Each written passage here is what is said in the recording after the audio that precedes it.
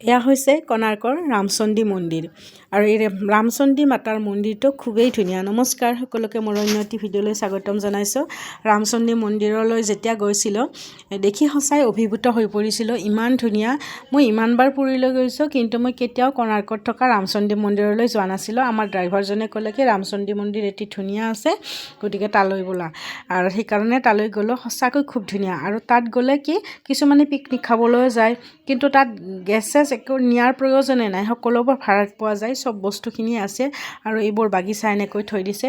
বহুত পুৰণা মন্দিৰ, একদম বহুত পৌৰাণিক আখ্যান আছে। কি হৈছিল হেনো, এজন ব্ৰাহ্মণ ল'ৰাই এই মন্দিৰভাগ কালাপাহাৰ নামৰ ল'ৰা এজনে মন্দিৰভাগ ভাঙিবলৈ চেষ্টা কৰিছে। হিন্দু সকলো মন্দিৰ ভাঙি ভাঙি যেতিয়া এই ৰামচণ্ডীৰ মন্দিৰলৈ আহিছিলে, ৰামচণ্ডী মন্দিৰভাগ ভাঙিব নোৱাৰিলে। ৰামচণ্ডী মাতাই মন্দিৰভাগ ভাঙিবলৈ তাৰমানে নোৱাৰিলে, তেনেকুৱা এটা আখ্যান মই শুনিবলৈ পাইছোঁ।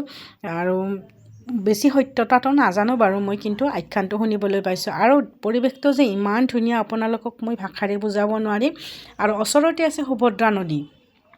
এইখন পাৰ্ক, ৰামচণ্ডী মন্দিৰৰ সন্মুখভাগ এইভাগ, তাত পাৰ্কো সাজি থোৱা আছে। আৰু এয়া হৈছে ভিতৰৰ ভাগ এনেকৈ। আৰু তাত চেণ্ডেল বাহিৰত থৈ যাব লাগে, ভিতৰলৈ নিব নালাগে। আৰু পূজা সামগ্ৰীটো মন্দিৰৰ বাহিৰত থাকেই। এইখিনি হ'ল মন্দিৰৰ বাহিৰভাগ। আৰু এয়া হৈছে মন্দিৰৰ বাহিৰত থকা আন এখন বাগিচা, য'ত ঝাও গছ অজস্ৰ আছে। যিখিনি ঝাও গছৰ ঠাৰিৰে জগন্নাথৰ ভোগ ৰন্ধা হয়। আৰু আপোনালোকে জানে নিশ্চয়, জগন্নাথৰ ভোগ ৰান্ধিবলৈ অকল ঝাও গছ লাগে। গতিকে সকলোবোৰ এয়া ঝাও গছৰ বাগিচা এখন থৈছে। আৰু সেইপাৰে আছে সুভদ্ৰা নদীখন, তাৰ সিটো পাৰে আছে সাগৰ। গতিকে সুভদ্ৰা নদী আৰু সাগৰৰ মাজৰ যিখিনি বালিচৰ, সেইখিনি এটা নদীৰ আকাৰ যি ধুনীয়াকৈ দিয়া আছে নহয়, হৈছে ইমান ভাল লাগে। আপোনালোকে দেখিছে নিশ্চয়। এয়া ইপিনে আছে সুভদ্ৰা নদী আৰু সিপিনে আছে সাগৰ, আৰু খুব এটা সুন্দৰ পৰিৱেশ। গতিকে গৈ খুবেই ভাল লাগিল।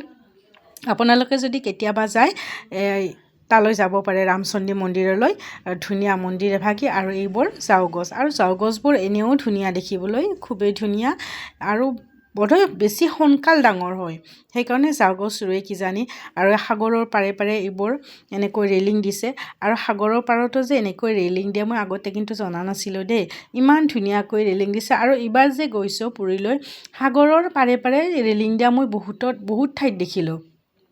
আৰু এয়া চাওকচোন, সাগৰৰ পাৰত এনেকৈ ৰেলিং। আৰু ইয়াত যে ব'টিঙৰ ব্যৱস্থাও আছে, খুব ধুনীয়া ব'টিঙৰ সুবিধা আছে। আৰু এই সন্ধিয়াৰ ভাগত যিয়ে ব'টিং কৰিম বুলি ভাবে, সন্ধিয়াৰ ভাগত গ'লে বেছি ভাল লাগে আৰু তালৈ গ'লে। আৰু কিছুমানে যায়। আৰু আজি আমি কিন্তু যাওঁতে খুব ৰ'দ, দুপৰীয়া হৈছিলে, গতিকে আমি ব'টিং কৰা সম্ভৱ নহয়।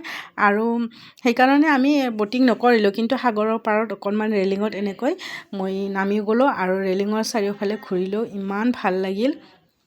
সাগৰ আচলতে অকণমান দূৰত, এই ওচৰত থকাখিনি সুভদ্ৰা নদী। এই সুভদ্ৰা নদী পাৰ হৈ এনেকৈ সিটো পাৰে সাগৰ। গতিকে তাত ব'টিং কৰাই 300 টকাৰ পৰা আৰম্ভ হয় বোধহয় ব'টিংখিনি। লিষ্টখন মই পাহৰিলোঁ বাৰু, তেনেকুৱা ধৰণৰ। আৰু ভিডিঅ'টো কৰি থোৱা আছিলে, দিব পৰা নাছিলোঁ, আজি দিলোঁ। কেনে পালে আপোনালোকে জনালে সুখী হ'ম। আৰু মাজে মাজে মই ভ্ৰমণলৈ গৈ থাকোঁ, গতিকে তাৰে ভিডিঅ' কিছুমান এনেকৈ দি থাকিম। আৰু আজিৰ ভিডিঅ'টোৰ কেনে পালে জনাম।